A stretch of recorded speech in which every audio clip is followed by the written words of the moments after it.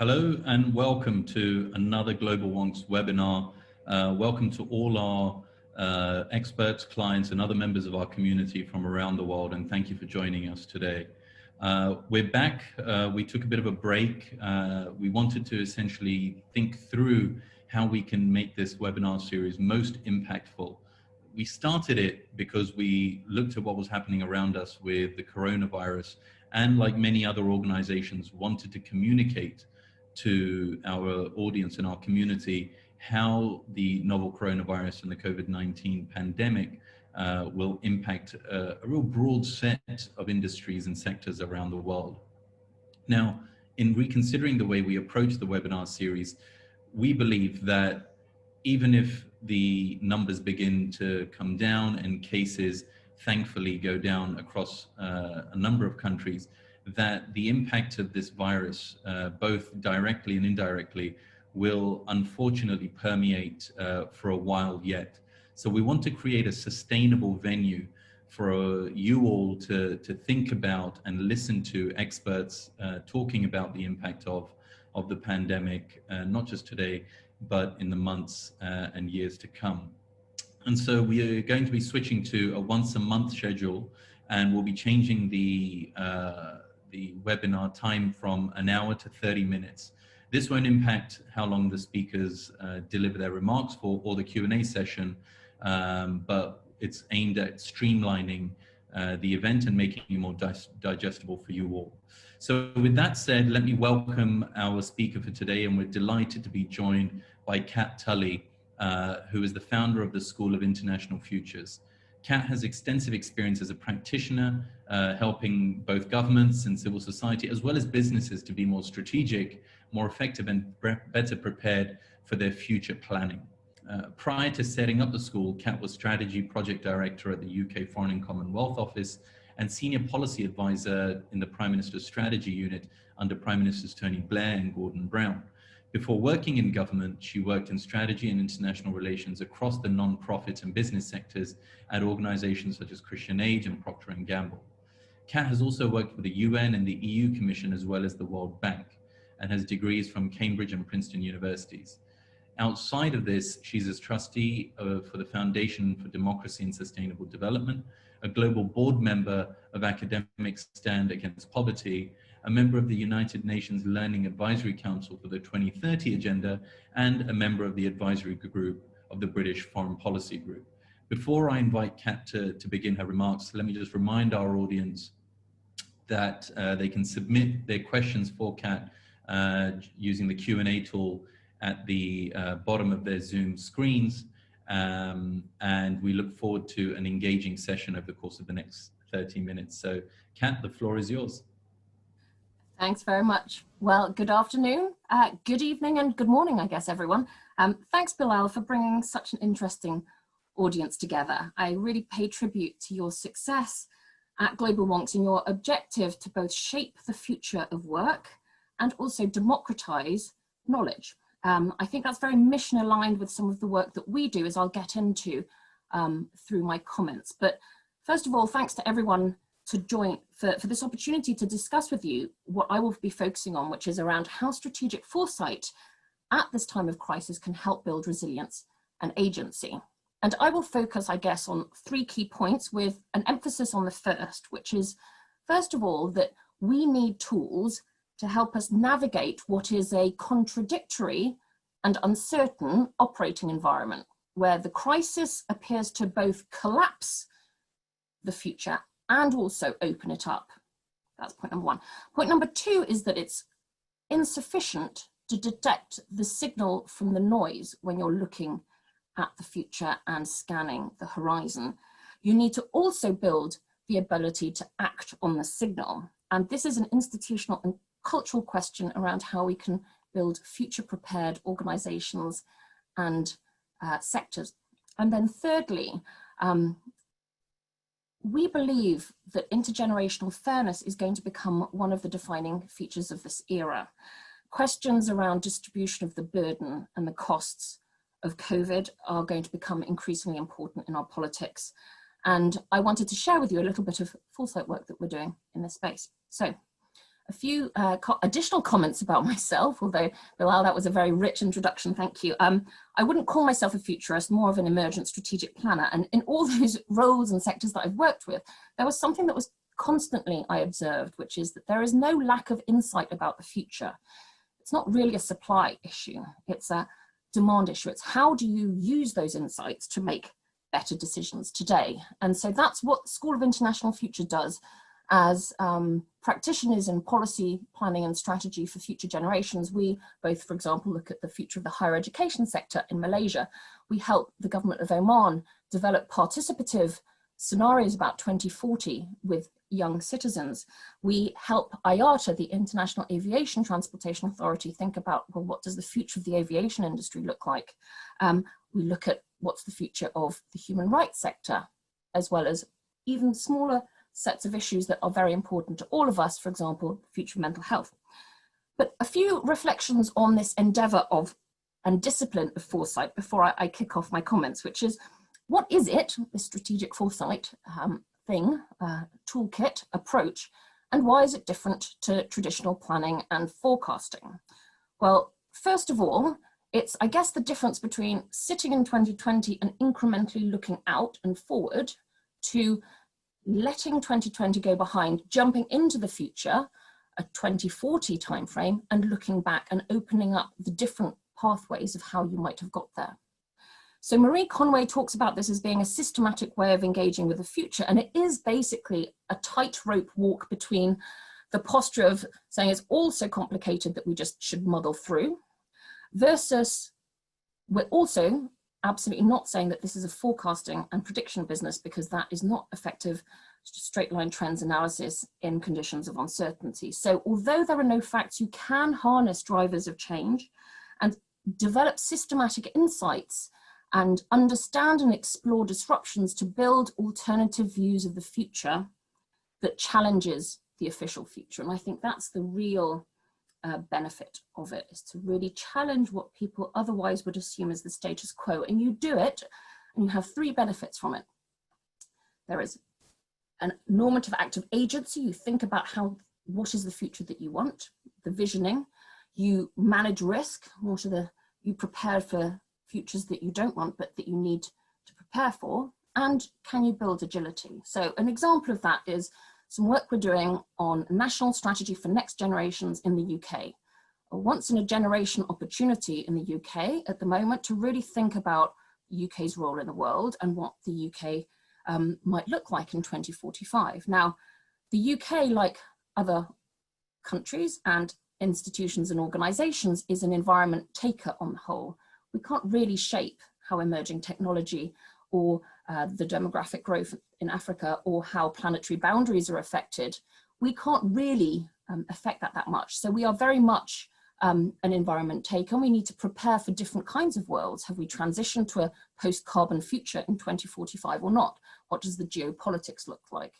You know, we need to be prepared for different alternatives and have contingency plans for them. That's the risk management part. But we also can come together as a community and as a nation and decide what we want to create as a country. Who do we want to be? And that is the visioning aspect. That's the normative agency part.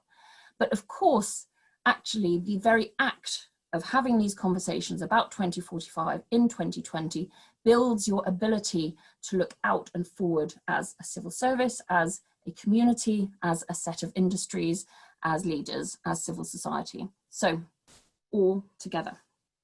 Now, let me take up my first point, which was around, given the extremely complex operating environment that we're in, how do we navigate that?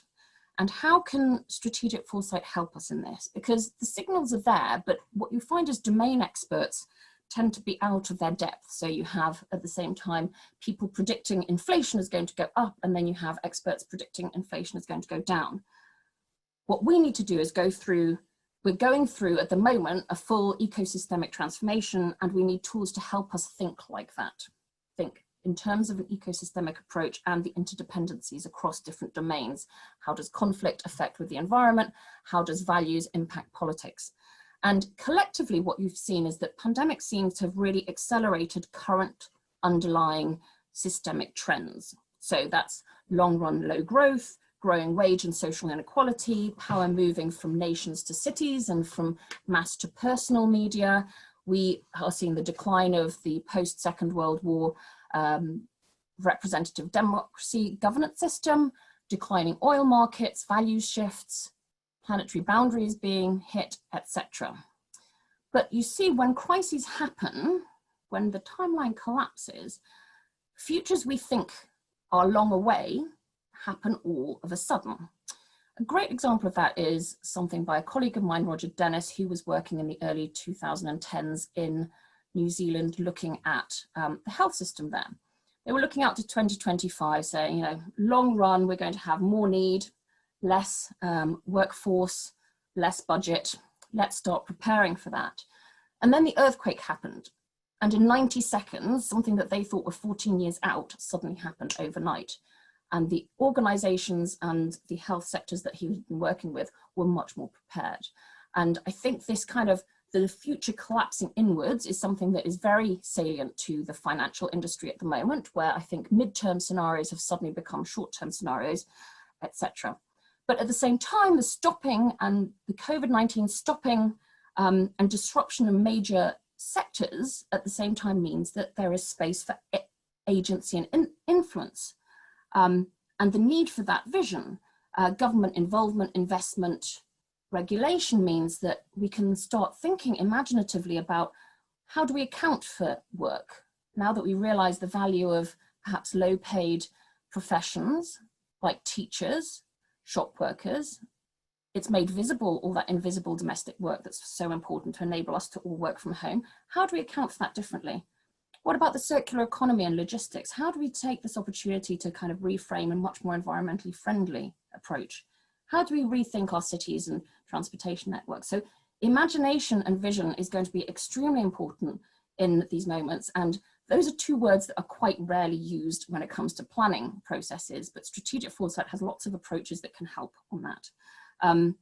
So other implications and perhaps some takeaways is that better business from now on is going to be better both ethically and financially. So it's very interesting to see, you know, the FT's Moral Money newsletter is showing that ESG related stocks are performing better. There's no business case anymore really investing in fossil fuels. And you are beginning to see this emergence of millennial politics that is going to affect businesses both as consumers in their expectations from businesses, but also as employees in their kind of push for more ethical approaches in the tech companies. So my takeaway on this key point is that we need to plan for disruptive change, a much wider range of short-term scenarios than we normally do, we need to kind of do much more to envision and drive desired futures. We need to scan a lot more the horizon from from many more diverse perspectives. And I think that's where Global Wonks is really important. So you can really understand your environment much better. And there's lots of toolkits and approaches and people that can help you do all that kind of stuff, from Sahel and Ayatollah to Professor René Rohrbeck. If you want any primers or toolkits, just send me an email. But that was my first point, why strategic foresight can help in terms of build resilience and agency. Now, second point is it's also important to distinguish the signal from the noise and then be able to act on and have the capability to act on the signal. Pandemic is a classic example of that. I worked in government in 2006 and 2007 with David King on pandemic scenarios that look very, very similar to where we are now.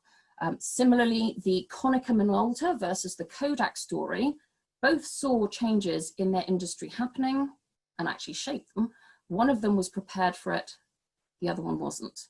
So something that we've noticed is the need to build foresight governance, institutionalize the behaviors, move from doing projects to processes, connecting the ability to look at the long term, not just as a planning activity, but connecting it to the finance, the risk, the recruitment, your client and relationship management.